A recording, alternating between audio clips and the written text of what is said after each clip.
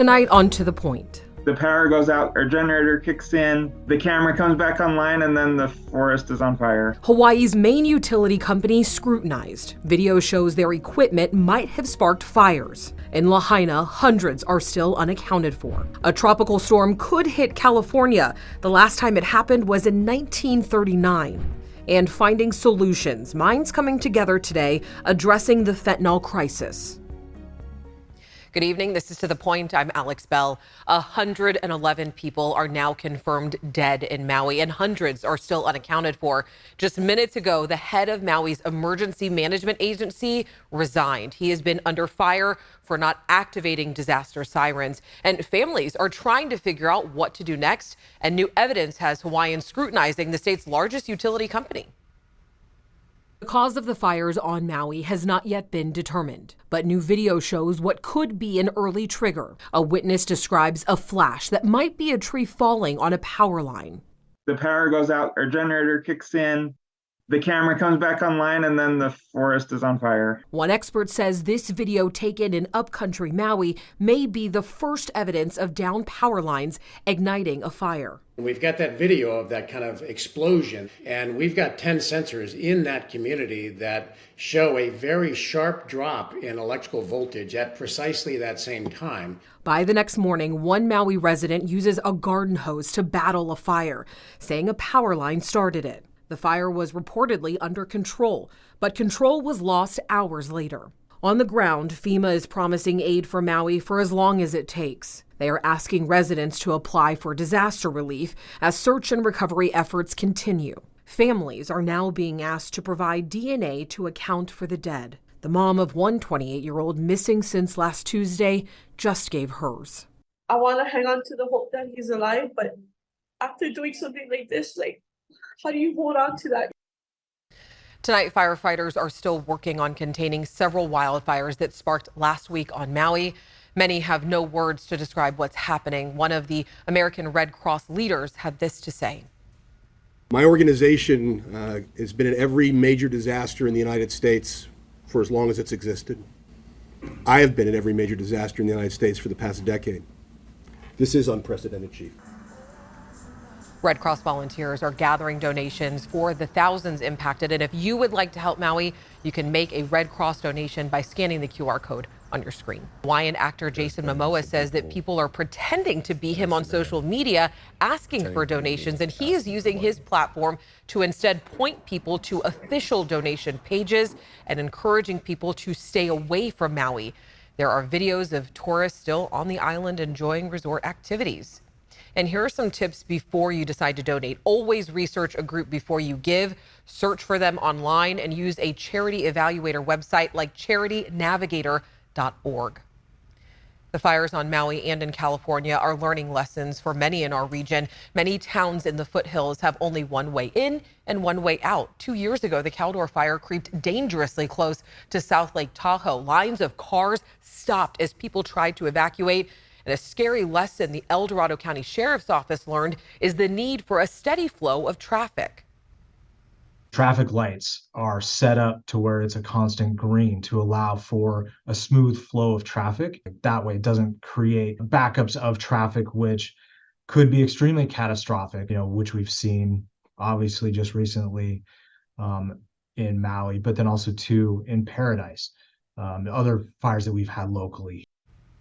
Last year's mosquito fire has also been a learning experience. Placer County says that they are emphasizing preparedness even more. There is even a town hall on evacuations under right now at Kings Beach in Tahoe. This November marks 5 years since the Camp Fire. As our Jeannie Nguyen reports, new sirens are being built across Paradise to alert residents to evacuate in the next fire. A simple siren could save countless lives during fire season. Old school because old school works no matter what. In November 2018, the Camp Fire decimated the town of Paradise, killing 85 people. Faulty PG&E equipment caused the fire. There was a single request the town's mayor kept hearing from the traumatized town. Number one on that list was a warning system. The town will have 21 new siren towers that will alert residents of future wildfires. Town officials say these sirens are more reliable than phone alerts because service can be spotty in that area. But for some Paradise residents like Bill Hartley, he's got mixed emotions. I feel that most people stay tuned in and they know what's going on. We don't necessarily need the sirens. Like many in Paradise, he had to rebuild his home. But he says there are also benefits to this tool. Had that fire struck at 3:30 in the morning instead of 6:30, we would have all been asleep and we would not have had the notification. All 21 siren towers will be installed by the end of the year and will be decorated to look like trees.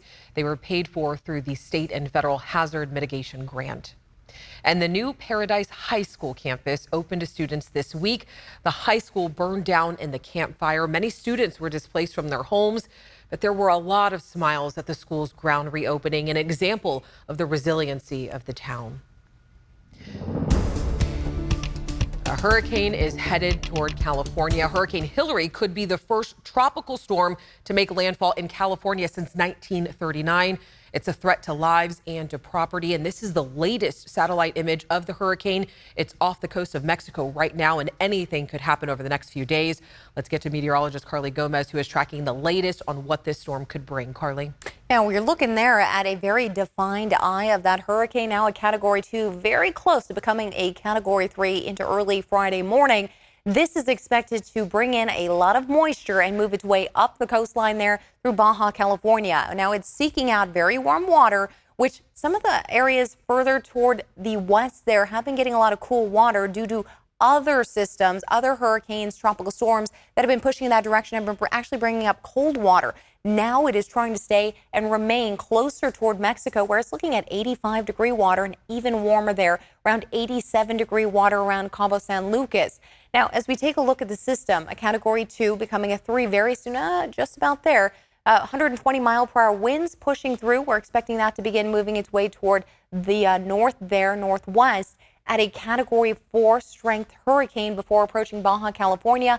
Eventually, as it begins pushing just toward that peninsula there, it'll become a 3 once again. And then finally, as it makes its way into areas of San Diego over the borderline there, it may remain a 2 intact before actually making landfall. If that does happen, this will be a direct hurricane hit for the first time, rather than just being remnants of a storm system to move into California. After that, making its way towards Sacramento, just in the cone there, with remnants of also that hurricane as a low pressure system, potentially bringing us some rain into Monday. Now, it is expected to bring in a lot of rain. Flash flooding potential for Southern California could be as much as anywhere from 3 to 6 inches from San Diego all the way up into areas of Riverside, San Bernardino County, up into Nevada as well. We'll be tracking the storm system very closely and bringing you the latest updates here and online. In other news, pilots made errors that caused a deadly crash in Truckee. 6 people on board a small plane died when it crashed near homes at the Ponderosa Golf Course. This happened back in 2021. A new NTSB report says the plane's co-pilot made a mistake when trying to line up with the runway at the Truckee airport. The captain failed to correct the co-pilot. The report says that they were also flying too high and too fast, something that many neighbors witnessed. I heard a huge explosion, the ground shook, very hot. It was a big fireball looking straight up at it. It went out as fast as a rocket, nearly hit that house and all those people over there, and everyone just dived to the ground.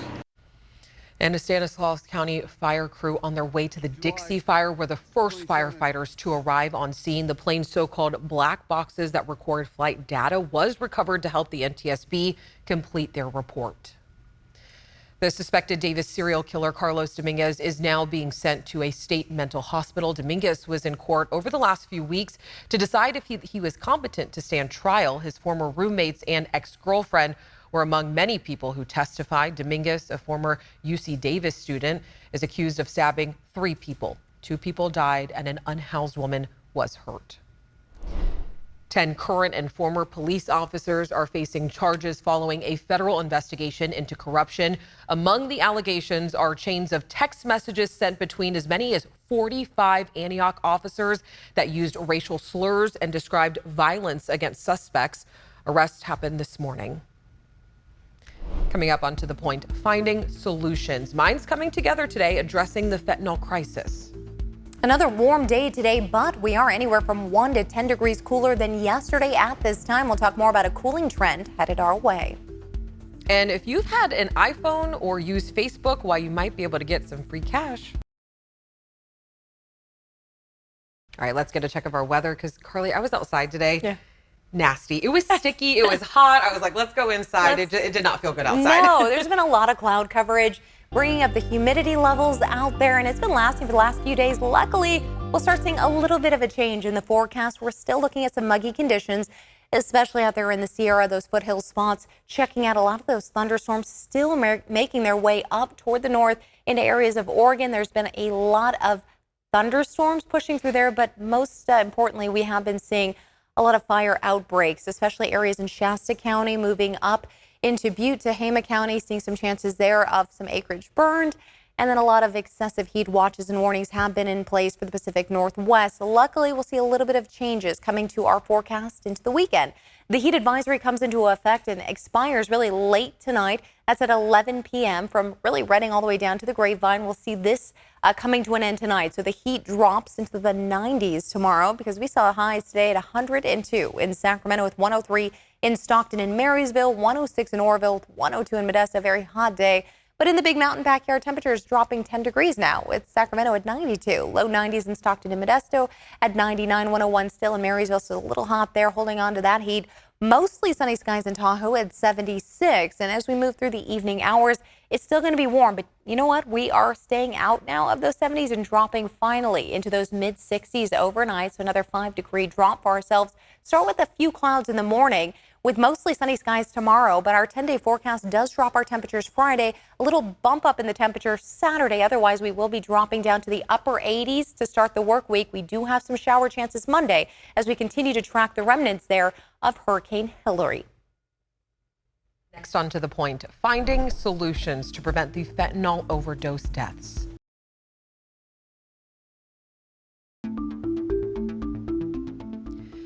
There's a fentanyl crisis. Thousands of people are dying in our state. Today, hundreds of minds came together to discuss how to protect our communities from this deadly drug. Our Becca Habegger shows us the tragic impact of this epidemic and what's being done about it. Last September 5th is when we got the news. Jennifer Burrell learned of her son's death 3 weeks after his 29th birthday. We got the call that he had died of fentanyl poisoning. With community support, Burrell now has a billboard near Stockton's Pacific Avenue near West Swain Road to honor her son Christopher Calvert on what would have been his 30th birthday. I wouldn't wish this for any other parent to go through this. It's an absolute nightmare. So I'm just trying to do whatever I can, and sometimes I feel pretty helpless as a mother.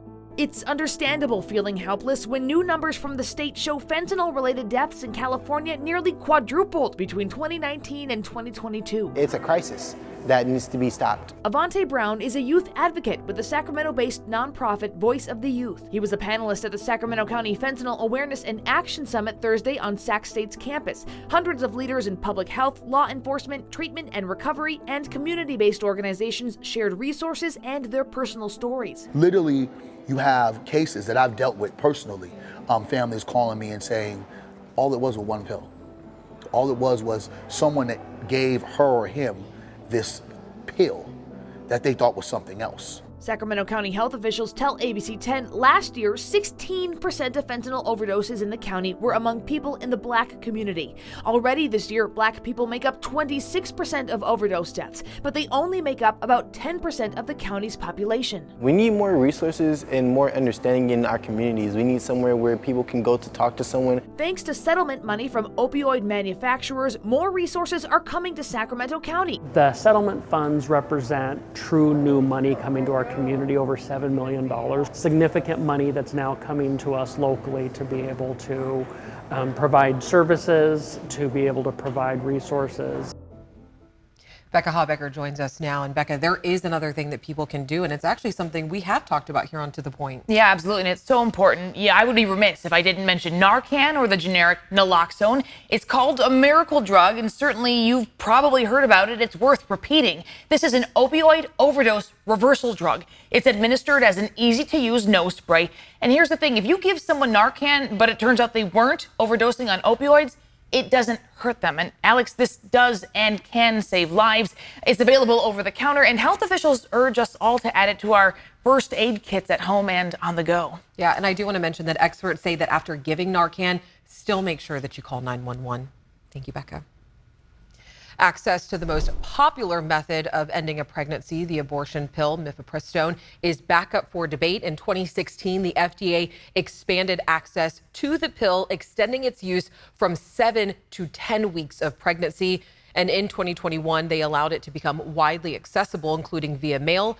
Today, an appeals court ruling called for stricter regulation of who can access the pill. The Biden administration says they will ask the Supreme Court to review the ruling. And talking about your money, it's even more expensive to try to own a home in California. Mortgage rates are now at a 21-year high. The average rate for a 30-year fixed mortgage increased to 7% this week. You can blame it on inflation. One local analyst says that new home listings are down 35% in Sacramento. And free money could be on the way for millions of people after Apple and Facebook settled class action lawsuits. Apple agreed to pay up to $500 million after a lawsuit years ago accused the company of purposely slowing down older iPhones during upgrades. Apple denies any wrongdoing, but still lawyers say the money should be sent out soon, but only if you signed up about 3 years ago. Lawyers are saying that because over 3 million people did file a claim before the deadline, you could be looking at between $65 and $90 per person. Fewer claims generally mean larger payouts for each claimant. And when it comes to Facebook, you can still sign up to get paid. Parent company Meta will pay $725 million to settle claims. It allowed third parties to gain access to users' personal data. Meta also denies any wrongdoing, but anyone who had a Facebook account between May 24, 2007 and December 22nd of 2022, you can file a claim. And we do have that link on our website at abc10.com/tothepoint. And if you have student loans, you'll need to start repaying them again soon. The Biden administration announced other programs that could help people. Tonight, our Ariane Duntil verifies if those apply to Parent Plus loans too.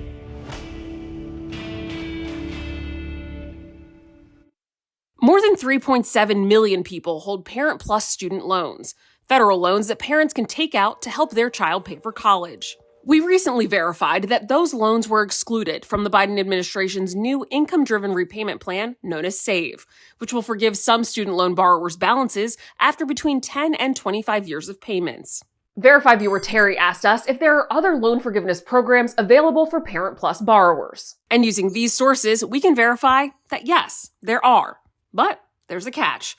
Federal Parent Plus loans have to be consolidated in order to qualify for forgiveness under these other federal programs. Let me break down your options. First is the Income Contingent Repayment Plan, or ICR. Under this program, qualified borrowers can have their monthly student loan payments reduced based on their income and family size. ICR plans cap monthly payments at 20% of your discretionary income, or offer fixed payments based on a 12-year loan term, whichever is lower. And after making payments for 25 years, any remaining debt will be forgiven, according to the Education Department.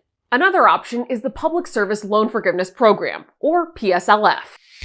To qualify, the Education Department says Parent Plus borrowers must work full-time in a qualifying public service job. The student loans must be consolidated into a direct loan, and those loans must be repaid under an ICR plan. After making 10 years' worth of payments, totaling 120 payments, any remaining debt is forgiven. To apply for the Income Contingent Repayment Plan or the Public Service Loan Forgiveness Program, go to studentaid.gov. Next on To The Point, the ongoing lessons learned from Lahaina and the Maui fires. A couple of days ago, we introduced you to a Land Park family who escaped the flames in Lahaina. They prepared to leave hours before others, knowing the dangers many face in our area.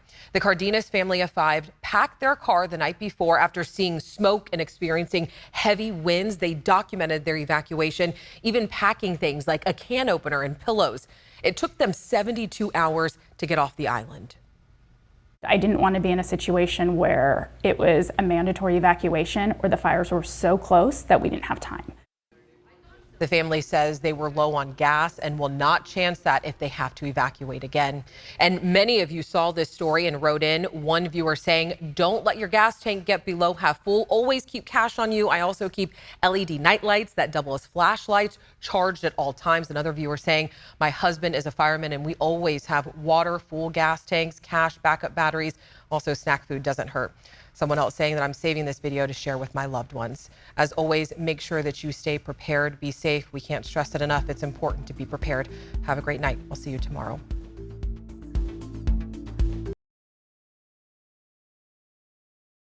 Hey, it's Alex. Just wanted to say thank you so much for watching. I really love hearing from everyone, and I hope that you'll stay in touch. Reach out to me on Facebook at AlexBellTV, or you can email me at tothepoint@abc10.com, or you can even send me a text message at 916-321-3310.